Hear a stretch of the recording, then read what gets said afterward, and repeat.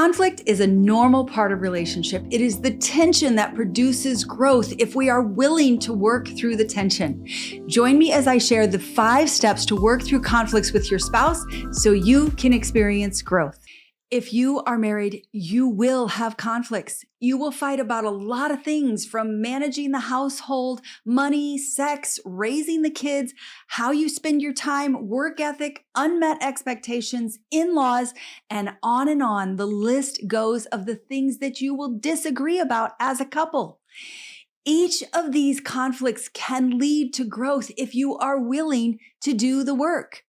It's like working out. If you go to the gym, you work out, you put your muscles in tension so that they will grow. If you don't go to the gym, if you avoid putting your muscles in tension, they will grow weaker. This is exactly like your marriage, and it is what I am most passionate about. Helping couples learn to enter and do the work of tension that's presenting itself through conflicts so that they can grow the marriages that they dream of. Because if you can grow through conflict, you can partner together to create a life and marriage that you're both excited about. If you want that, make sure that you click that subscribe button right underneath this video so you don't miss an episode. Now, let's jump into the 5 steps to work through conflict. The first step to working through conflict is acknowledge you have a conflict. Now, this seems pretty simple, but it isn't. Sometimes you just spin into an argument and you just keep going round and round, and before you know it, you are both so mad you can't see straight. So the first step is acknowledging that you have a conflict, which means you notice there's a tension between you. You notice, hey, workout opportunity here. You must recognize that you have 2 different ways of seeing things and they have collided. And now you're each fighting for your way. Your natural instinct is to want to win and to get your way. But winning an argument or getting your way in your marriage means damaging the marriage because it begins to build bitterness and resentment, and eventually you're so disconnected that you don't even spend much time talking, or you don't even want to fight anymore because you just don't want to face more bitterness and resentment. Winning or working through a conflict in a marriage means you create a win-win for both of you. You move from his way or her way to our way. And when you can acknowledge that you are each fighting for your own way, you can now begin the real work of using the tension to create growth by creating our way, creating a win-win for both of you. The second step to resolving conflict is get honest about what the conflict is. Once you've acknowledged that you are in the midst of a conflict, you need to identify what the conflict is specifically. You will argue about surface things like how the car was parked or how the countertops were washed.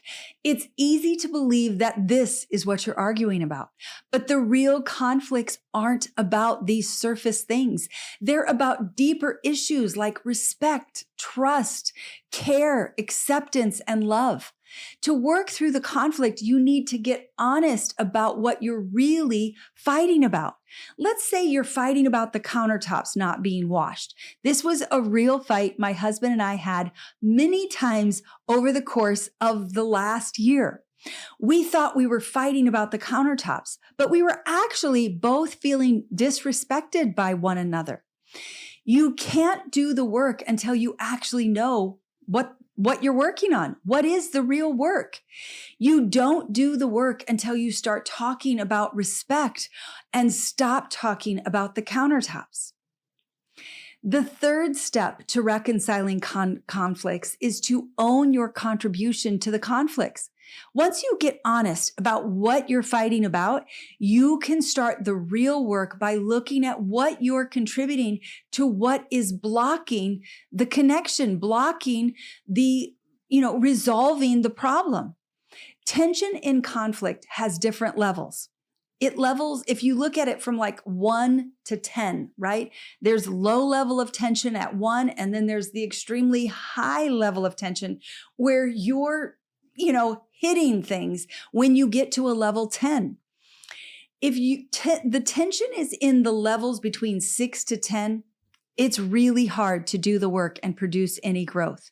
But when that tension is in a level 1 to 5, maybe 1 to 5.5, that's where growth can happen.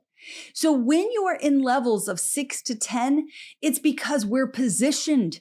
We want to be right. We're seeing ourselves as superior, or we're holding on to the offense. We're refusing to listen. We want to stay mad. We're being selfish. We're being controlling. We're being stubborn, or blaming our spouse as the problem. These choices block growth because you are focused on yourself and your agenda rather than the relationship and what is best for both of you overall. Sometimes you will need to take a 5 to 10 minute break to be able to see your contribution.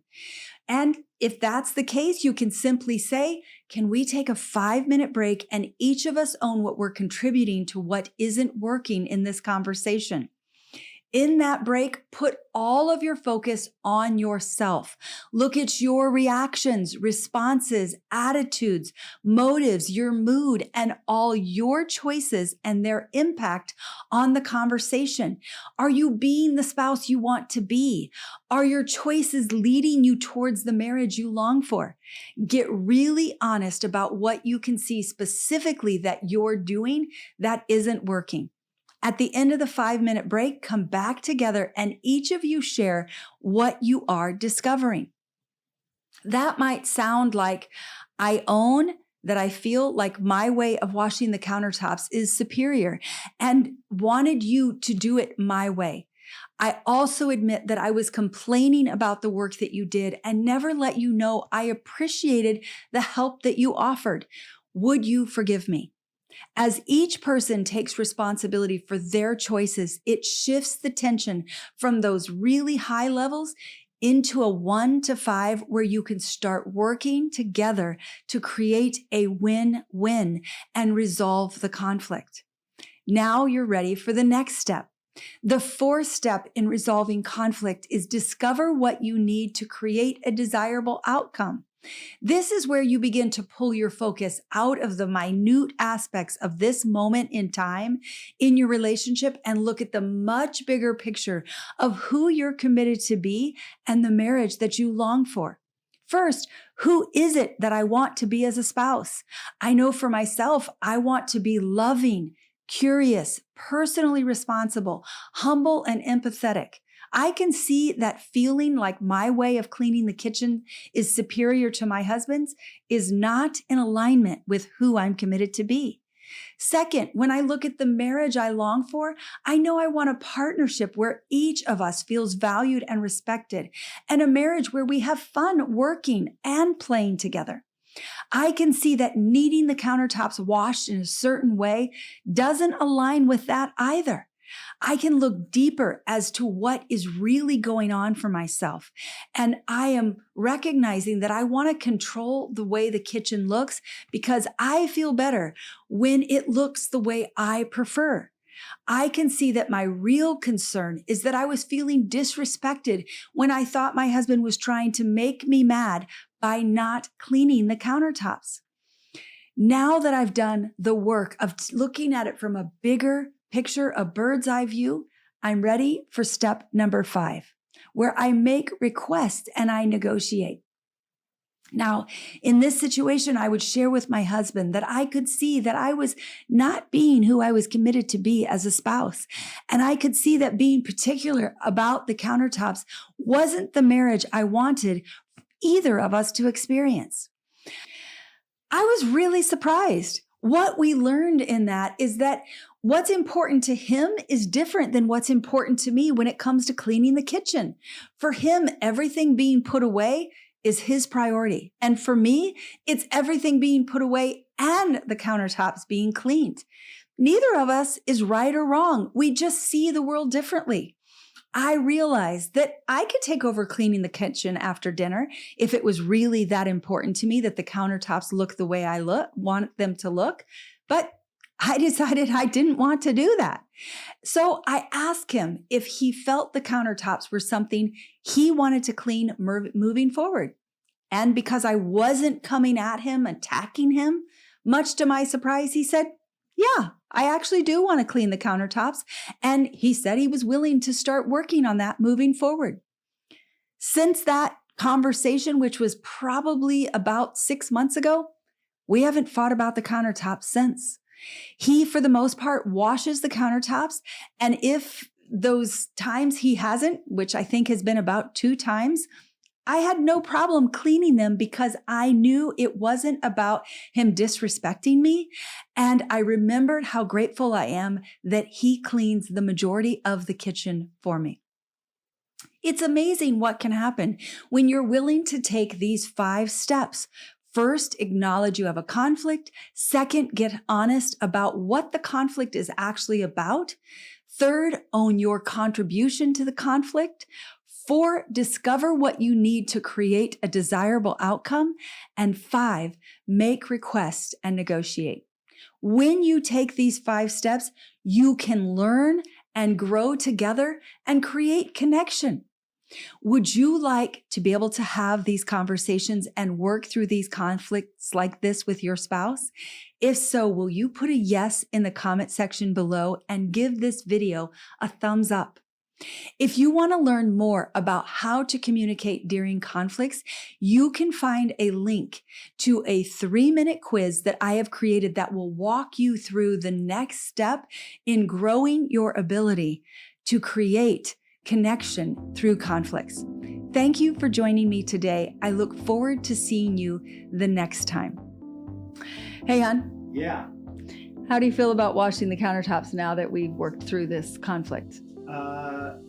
It gives me an opportunity to grow. It gives me an opportunity to grow into something that I want to be as an individual.